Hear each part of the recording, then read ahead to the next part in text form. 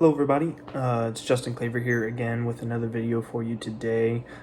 In this video I'm going to be talking about telepathic communication. There's actually three different forms of telepathic communication, and I'm going to go over each one of those today and kind of detail them out for you. But I just wanted to say that telepathy is possible due to the first law of the universe, which is mentalism. And this law or hermetic principle can be found in the Kybalion, which you could read for yourself. I'll link that down below for y'all to check out for yourself. There's 7 hermetic principles listed out in that book. There's also videos on the Kybalion that you can look up to find out about these principles and figure out how to incorporate them into your life. But in this principle, it states, all is mind, the universe is mental. You are essentially a fraction or a piece of this all-encompassing mind that created the universe, and you may use it as a medium to communicate with other connected beings. The brain emits vibrational frequencies and can send or receive other frequencies which manifest in the mind as thoughts.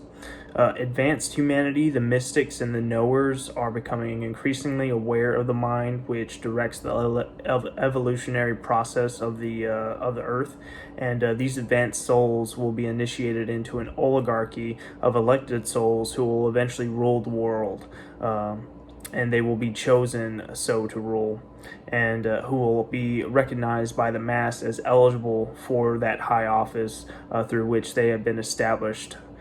Through these means, by the universal mind itself, by their individual mind illuminated by the soul consciousness, by the brain reacting to the individual mind, and by the group of those whose minds and brains are similarly tuned and telepathically related. But all of this is outlined in a book known as Telepathy by Alice A. Bailey.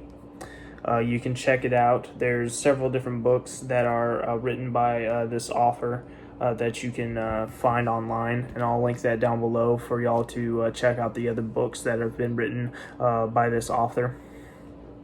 But the first form of telepathy is used by those who are undeveloped human beings or the unthinking.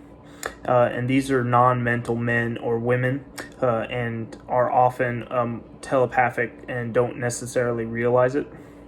This line of communication is from solar plexus to solar plexus. This is the instinctual telepathy and concerns feeling in every case. So it's more like you get feelings from other people, whether they're in a bad mood or something like that. They project that energy out of their solar plexus to your solar plexus, and you pick up on these feelings from other people whenever you're in close proximity to these other people. And this is pure feeling and entirely emotional emanations between people, which necessitate only solar plexus contact. And an example of this would be how birds fly as a unit in the air. They communicate by the solar plexus that is inside of their bodies, and they're able to use the magnetic fields emitted from those solar plexuses to move as a unit in the sky. And this form of communication can be referenced or example of like land communication, like train systems and stuff that we were able to create. That's a way to kind of think of it as a form of communication in the physical realm. But as we evolve in consciousness, this communication will actually elevate to the heart centers, and they'll be from heart to heart. The second form of telepathic work is from mind to mind, so from brain to brain, or a piece of that consciousness to another piece of consciousness, not necessarily from the brain itself. And this is where only mental types are involved, so those who are more intellectually evolved as human beings. And the more that emotion, feeling, and strong desire are eliminated, the more accurate the communication between this mind to mind can be. Practicing non-attachment and the spirit of I don't care are a real assistance in this. So trying to get rid of attachments to loved ones and stuff like that. Yes, you do love them, but because of that strong desire of love between one another, it influences the communication and makes it not as accurate as it could be if you had more control over your emotions. and desires. But this is a form of mental telepathy, is what it's called, and it can be associated with an example of ocean communication or transportation. So, like how boats go from port to port through the ocean and stuff like that, and transporting goods that way. The third form of telepathy is from soul to soul, and which is the highest type of telepathic work possible for humanity. This communication is responsible for all the inspirational writings of real power, world scriptures, illuminated utterances, inspired speakers, and language of symbolism. So all the symbols that have been communicated to us, like the flower of life or the seed of life, the tree of life in Kabbalah, as well as the Star of David, which is actually a Merkaba in 2D form, or you have the cross, which is utilized in Christianity. And to achieve this form of communication of soul to soul, the mind and the brain must be brought into perfect rapport and alignment. So you have to have very good control over your mental thoughts, because thoughts on this level can actually hurt other beings. They definitely feel the negative thoughts that you emit from your mind, and so they tend to stay away from those that have a lot of negative thinking in their brains. It's okay if you have negative thoughts sometimes and you have a little bit of control over what you're thinking, but you want to try and eliminate those thoughts so that you can cultivate this soul-to-soul communication.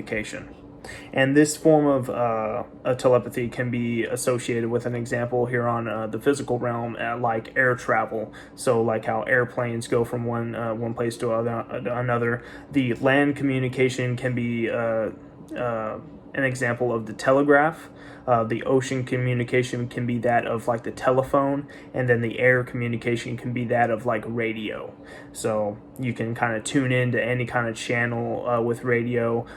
With a phone, it's more like you're just pretty much picking up frequency. You're not really able to tune into which kind of frequency. It just uses microwaves to transmit it to your phone so that you can communicate wirelessly. And then with a telegraph, you're just emitting sound, and those sounds are picked up and translated into text by like Morse code and stuff like that. So telepathic communication is also between a master and his disciples, between a master and his group or groups of sensitives or aspirants on the physical plane.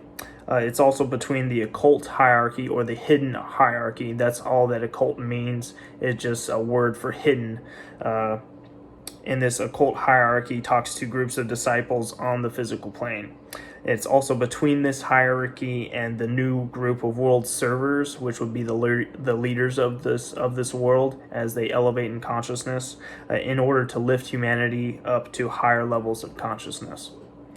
But that's pretty much it that I wanted to talk about telepathy. It's just these three forms of telepathic communication, so you get a better grasp as to the different ways that you can communicate to other individuals telepathically. If you want a lot more information on this subject, I would strongly recommend that you get this book, Telepathy, by Alice A. Bailey. I'll link it down below, as well as the library of books that they have available for you, so that you can check out those other texts in your spare time.